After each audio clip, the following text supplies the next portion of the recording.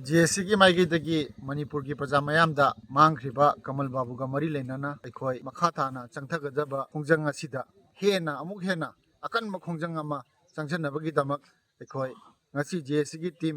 कंगलातोंबीदा चचदुना कंगलातोंबीदा लैबा बाजार की board member अमदी मैरापाबी look उनजदुना अखोय JSC की अकनब खोंजंग अमा हयेंगदगी मखा ताबा खोंजंग अमा हयेंगदगी आर्मी की ओइबा मूवमेंट गाड़ी चलहंदबा मोगी लंबी से थिंजनबा हाइबगी डिसीजन अमा पुन्ना वारेप मिनरगा अखोय जेसीगी माइगेदगी थिंजनबा हाइना अखोय वारेप से लेपनारे मरम अदुना हयेंगदगी कांतो साबनगी लंबी असिसु थिंगमता नतना सेकमाई रोमदगी माइगेदा आर्मी सिंगी मूवमेंट थिंगबा हाइना अखोय डिसीजन असि वारेपनारे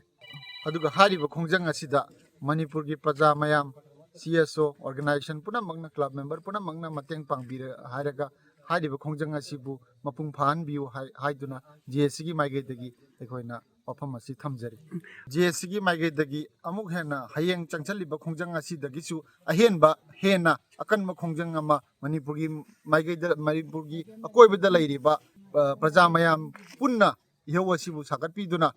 मांगख्रिबा कमल बाबू असिबु अथुबा मतमदा पुथोकनाबगी पुथोकनाबा होनबा असिदा मतेंग पांगबियु हाइदुना